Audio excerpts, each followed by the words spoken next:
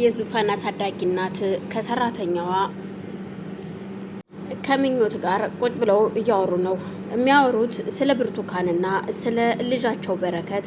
ምክንያቱም ለዚህ ሁሉ ተጠያቂ ብርቱካን እንደሆነች ያውቃሉ ማዘር። አሁን ደግሞ ሁሉን ነገር አውቀዋል። እና ታዲያ ለምንድን ነው እዚህ እንድትቀመጥ የፈቀዱላት ብርቱካንን ስትላቸው፣ ልጄ እዩልሽ ብቻ ትልቅ ችግር አለ፣ ትልቅ ችግር ተፈጥሯል የኔ ልጅ ሲሏት፣ እኮ ምንድን ነው ማዘር? በምን አስፈራርታዎት ነው? ምንድን ነው የተፈጠረው? እስኪ ንገሩኝ እማዬ ስትላቸው የዙፋን አሳዳጊ እናት የሆኑት፣ እዩልሽ ልጄ በዙፋን እናት አስፈራራችኝ። ዙፋንን ለእናቷ ማን እንደሆነች ወላጅ እናቷ ማን እንደሆነች ነግራታለሁኝ በማለት አስፈራራችኝ። ልጄ እንዳትክደኝና እንዳትርቀኝ ደግሞ ፈራውና ለዛ ነው እያለች እያወራች እያለ በድንገት ሳያስቡት ዙፋን ከመኝታ ቤቷ ትወጣለች። ዙፋን ምንም የተወራውን ነገር ባትሰማም እነሱ ግን የሰማች መስሏቸው አመጣጧም ትንሽ ያስፈራ ስለነበረ ደንግጠዋል። የደነገጡት ግን ሁሉን ነገር ሰምታ አሁን ልታፋጥጠኝ ነው ብለው ስለነበረ ዙፋን ግን የሰማችው ነገር ምንም አልነበረም። ጆሮዋ ላይ ማዳመጫ ሁለቱም ጆሮዋ ላይ አድርጋ የሆነ እየሰማች ያለችው ነገር ስለነበር ምን ሆናችሁ ነው ተደናገጣችሁ? ሰማዬ በሰላም ነው ምንድን ነው እሱ ስትላቸው፣ አረ ምንም አይደለም ልጄ ይቅርታ አድርጊልኝ በማለት ሲማጸኗት ማስተዋል ሰራተኛዋ ግን ዙፋንዬ ምን እንደሆነ ታውቂያለሽ? ስትመጪ ዝም ብለን እኛ እየተጫወትን ነበረና ደንግጠን ነው ድንገት በሩ ሲከፈት ሰምተን ነው በማለት ወሬውን ታስቀይሳለች። የዙፋን አሳዳጊ እናት የሆኑት ግን በፍጹም እንደዛ ማስመሰልም አልቻሉም። እሳቸው የመሰላቸው የእውነት ልጄ ሰምታኛለች ብሎ ስለነበር ልጄ ባክሽ አስረዳሻለሁ። ቆይ ምን ነው የምታስረጅኝ እማዬ? ምንድን ነው የተፈጠረው ነገር? አረ እማዬ ምንም እኮ የተፈጠረ ነገር የለም። ዙፋንዬ ቁጭ በይና ላስረዳሽ የሚል ነበረ እርሳቸው ልባቸው ውስጥ አይምሯቸው ውስጥም ያለው ብርቱካን ስለተናገረችው ነገር ስለነበር ዙፋንን እኔ በግሌ አሳምናታለሁ ብለው ያስባሉ። እናም በስከ መጨረሻም ምኞትም ነገሩን ለማስቀየስ እዩልሽ ዙፋንዬ ምን እያወራን እንደነበረ ታውቂያለሽ? ያው ስለ ብርቱካን እየተነጋገርን ነበረና ለዛ ነው ያው ደግሞ ነፍሰ ጡር ስለሆነች ትንሽ ትቆይ እያሉ ስለነበረ ነው ለዛ ነው ያወራ ነው እንጂ ሌላ ምንም ነገር አይደለም። እኔ አሁን ወደ ኪችን ስራ ስላለብኝ ወደ ኪችን ልሄድ በማለት ዘወር ብላ ማዘርን ጠቀስ አድርጋቸው ወሬውን አስቀይሳቸው ተነስታ ትሄዳለች።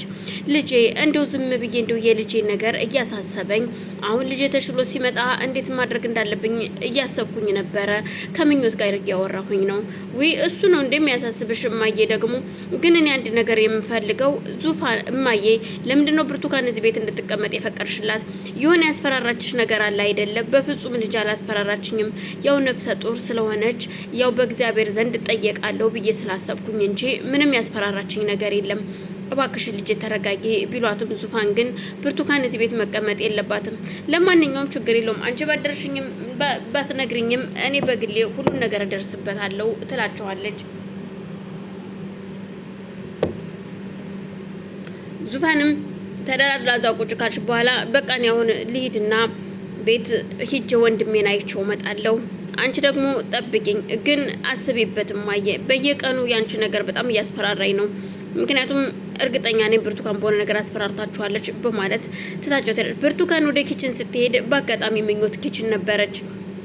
የኪችን እዛ የምኞት እዛ ቤት መኖር እጅግ እያመማት ያንገበገባት ብትሆንም ምክንያቱም ሁሉን ሚስጥሯን ስለምታቅ በልጅነቷ የእንጀራ እናቱናም አንገብግባት እንደነበረ ስለምታቅ ሁሉን ነገር ሚስጥሬን ያወጣችውም እሷ ናት እያለች ስለሆነ እዛ ቤት ማስወጣት ያለባት አንድና አንድ ምኞትን ነው። ስለዚህ ምኞትን ሄዳ አፏን ካፈነቻትና ጸጉሯን ይዛ ወደ ኋላ ይዛ አንገቷን ስቆለምማት አሁን ምርጫ ሰጥሻለሁ፣ ሁለት ምርጫ ነው የምሰጥሽ ምኞት የምትባይ አንቺ እርኩስ፣ አንቺ ነሽ በኔ ላይ ጣትሽን እየቀነሰርሽው ወይ በማለት ስታስፈራራት፣ ቆይ ምንድን ነው የምትሰጭኝ ምርጫ? የምሰጥሽ ምርጫማ አንደኛ ከዚህ ቤት ለቆ መሄድ ነው፣ ሁለተኛ ደግሞ እዚህ ቤት ለቀሽ ካልሄድሽ ሞትሽ እዚህ ቤት እንደምትሞች ነው። ይሄንን ምረጪ፣ ዛሬውን ከዚህ ቤት እቃሽን ይዘሽ እንድትወጪ በማለት ትዝትባታለች።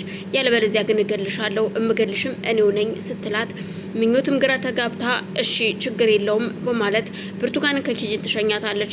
ብርቱካን ከኪችን ከወጣች በኋላ ምኞት ወደ መኝታ ቤቷ ሄዳ ልብሷን ካስተካከለችና ከጨረሰች በኋላ ድሮ የነበረውን ነገር ሁሉ ስታስበው ግራ የተጋባችው ምኞት ትመለስና የመጣውን ነገር ሁሉ በጸጋ እቀበላለሁ እንጂ በፍጹም ይሄን ቤት ለቅቄ አልሄድም አንደኛ በረከት ተሽሎት ደግሞ ሲመጣ ማየት እፈልጋለሁ።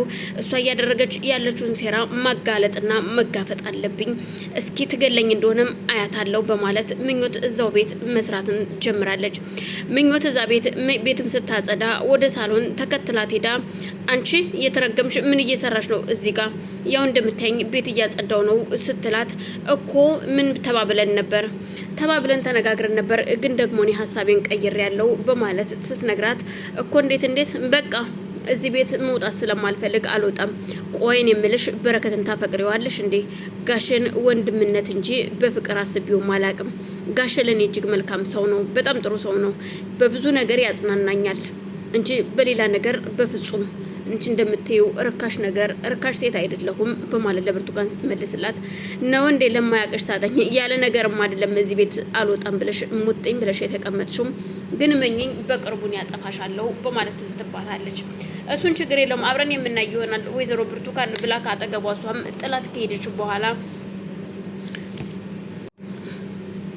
የበረከት ዶክተር አሁን ላይ በረከት እንዲድን ጥረት እያደረገ ነው። በአጋጣሚ ሆኖ ደግሞ የዶክተሩ ልጅ ድንገት ለእረፍት ትመጣለች። ስትመጣ አባቷም ደስ ብሎት ስለነበር እሷም በጣም ደስተኛ ነበረች። አባቴ ይሄ ሰው ማን ነው ስትለው የኔ ታካሚ ነው ልጄ፣ ይኸውልሽ እናንተ ካጠገቤ ባትኖሩም እሱን አግኝቼ ደስተኛ ነኝ። አሁን ደግሞ አንቺ ካለሽ ደግሞ ታግዥኛለሽ፣ እሱን በማንሳት እሱን በመንከባከብ በፍጹም በደስታ ነው እኔ አባቴ የማግዝ በማለት ፈገግ ስትል በረከትም የሰዎቹ ፈገግታ እና ደስታ እሱን እያስደሰተው ከህመሙም እያገገመ ይመጣል።